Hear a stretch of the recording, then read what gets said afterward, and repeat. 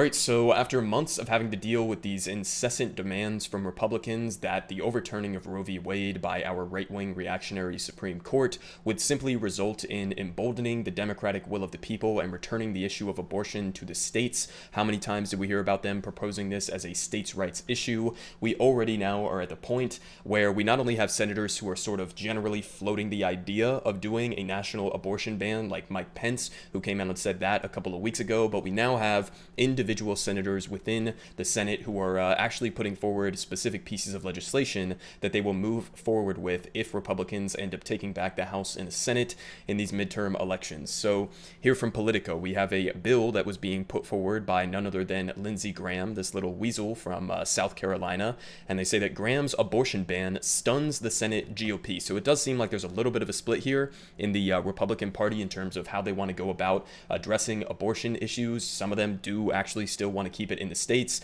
Some of them do want to push forward with a federal abortion ban. But at the end of the day, I mean, let's just dispel with these bullshit states' rights arguments up front. When conservatives come out here and they pull up the issue of states' rights, really all that translates to is that in a lot of these conservative-held states, they have basically gerrymandered the fuck out of a lot of these districts, in many cases explicitly along racial lines to disempower minority voters. And basically when they use that language of states' rights, they are just trying to appeal to the fact that they have essentially entrenched themselves with minority rule in a lot of these states. And so it's a lot easier for them to push forward extremely unpopular bills. We just had one that was put forward in Texas, which they are still pushing through their state legislature, which has literally 11% approval within the state of Texas. So it's basically just a way for them to use this gerrymandered control over these state legislatures in order to enforce their theocratic agenda on the people who overwhelmingly disagree with these types of policies. So the states' rights argument was always bullshit. We knew that from the beginning. It was easy to see from a mile away that they were going to drop that the second that they had the opportunity to, and we are now in that position where they're coming out and openly admitting it. So here from Politico, they say Lindsey Graham's anti-abortion legislation once unified the Republican Party, but they say the 15-week abortion ban that he pitched on Tuesday had the exact opposite effect. They say that the South Carolina senator chose a uniquely tense moment to unveil his party's first bill limiting abortion access since this summer's watershed reversal of Roe v. Wade. It was designed as a nod to anti-abortion activists who have never felt more emboldened, and yet Graham's bill also attempted to skate past a Republican Party that is divided over whether Congress should even be legislating on abortion after the Supreme Court struck down a nationwide right to terminate pregnancies.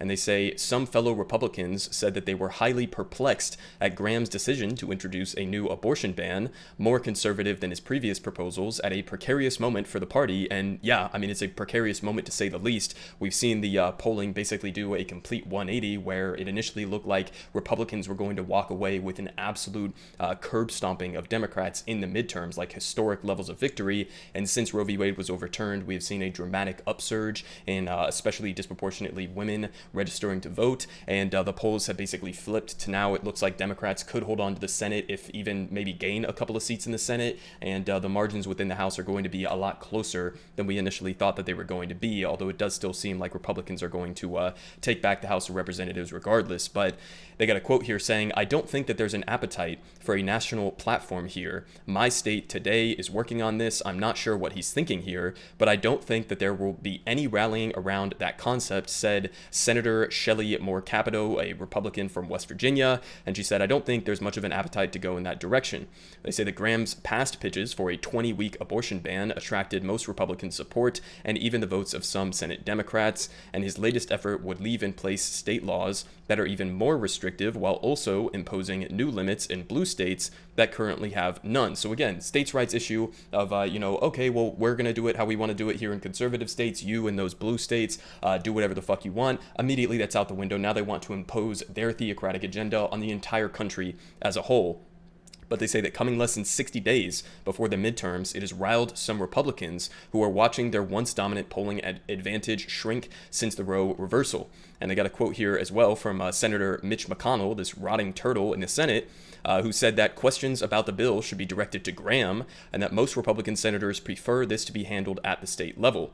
And also Senator John Cornyn from Texas suggested that Graham had gone a bit rogue with his latest legislation. That wasn't a conference decision. It was the individual senator senator's decision. So it does seem like there's a little bit of at least anger coming from a lot of these Republicans that he's introducing it right now, given how big of an impact that the Roe v. Wade overturning has had in terms of the polling that we've been seeing over the last couple of weeks and months. But keep it in the back of your mind that at the end of the day, if this actually came to a vote and Republicans felt like they could push it through, every single one of these motherfuckers who are saying that they're hesitant about a federal abortion ban, they would 100% get on board with it. So this is them just trying to posture, because a lot of them are in sort of sensitive electoral positions right now. But they continue saying that there's obviously a split of opinion in terms of whether abortion laws should be decided by the states, and those who want to set some sort of minimum standard. Cornyn said of the 50-member Senate GOP conference, he said, "I would keep an open mind on this, but my preference would be for those decisions to be made by state basis." So again, I'll keep an open mind, meaning if it's ever advantageous for me to do it, or if I see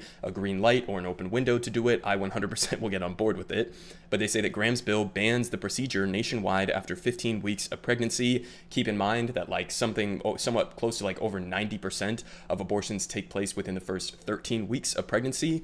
And beyond that, most abortions that are taking place after 15 weeks or in the second or third trimesters even are usually tend to be disproportionately to protect the life of the mother, or if the fetus is unviable. But either way, a 15-week abortion ban is just completely arbitrary and is going to do absolutely nothing except put women's lives in danger. We've already seen all of these different stories that have come out since Roe v. Wade was overturned, and a lot of these trigger laws in these various conservative states and new laws that they've been putting forward have been going into effect. I mean, it's just absolute horror stories that are coming out. I mean, it's an absolute shit show in a lot of these states, where even if you're somebody who wasn't even trying to get an abortion, or if you're somebody who was trying to carry your pregnancy to term and you just happen to have like a miscarriage or some other complication with the pregnancy, then you could still have your life in jeopardy, right? Because the problem here is that, you know, all of these bills that they're passing, even the ones that have exceptions for the health and life of the mother or for incest or for rape, those are basically just ways for conservatives to virtue signal and to pretend as if these bills aren't as barbaric as they actually are.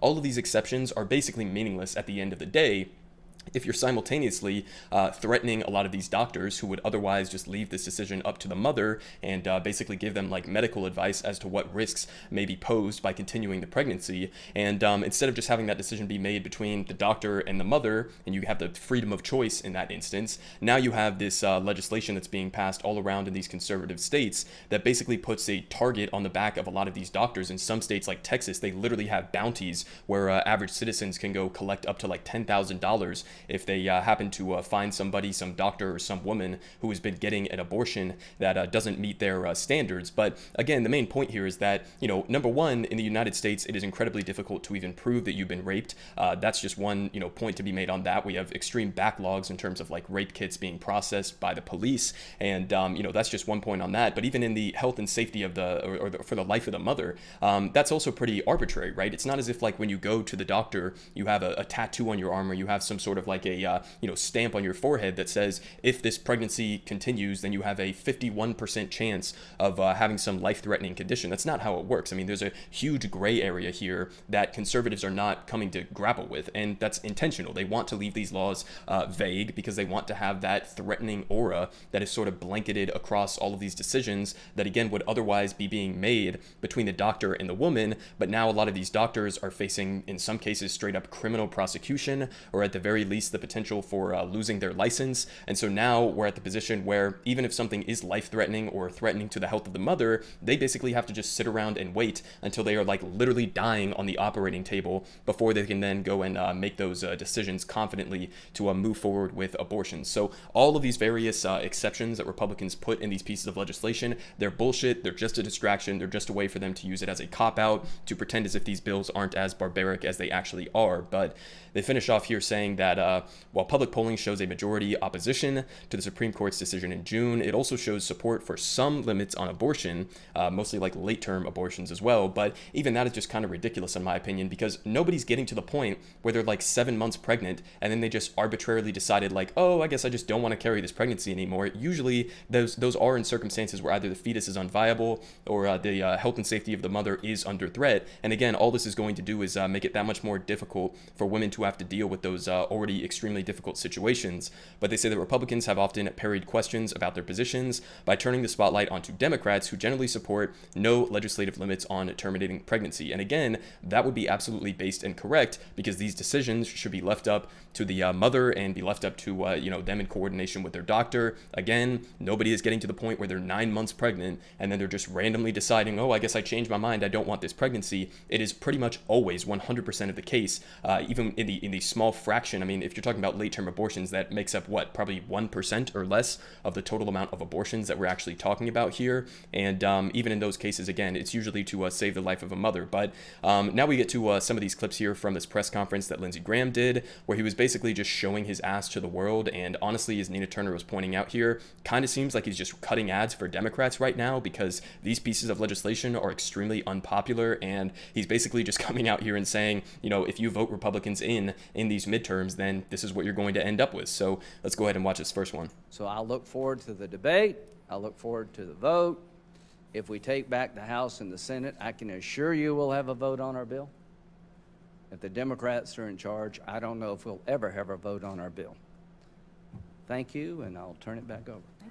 All right, so there you go. I mean, listen, I'm not like the strongest, pitch guy for voting for Democrats in the midterms, but, if you needed to run an ad campaign, I would be blasting that all across the airwaves, because he's making it very simple for voters. I mean, this was already one of the top issues for voters going into the 2022 midterms, and he's just laying it out explicitly there, right? You vote for Republicans, you could expect a federal 15-week at least abortion ban, if not more. And if you vote for Democrats, then they're not only not going to pass those abortion bans, but in all likelihood, especially if they gain a couple senators, you could end up with them codifying some semblance of Roe v. Wade at the federal level as well. So there's your argument pretty much laid out there. Now we get into a clip pretty much just exposing the obvious hypocrisy surrounding these states' rights issues. So let's go ahead and jump into this one.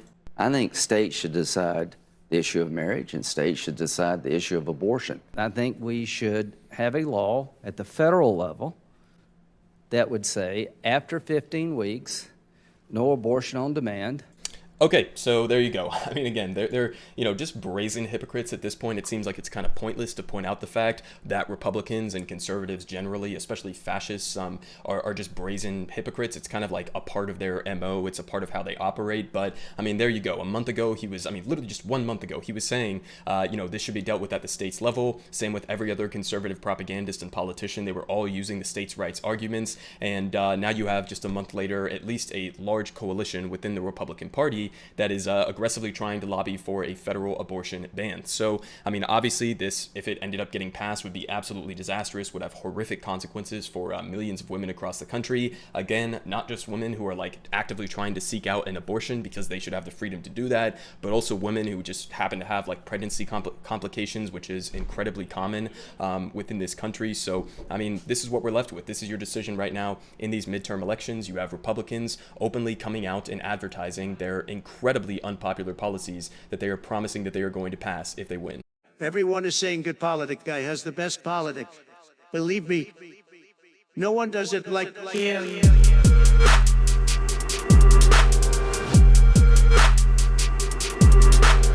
Believe me,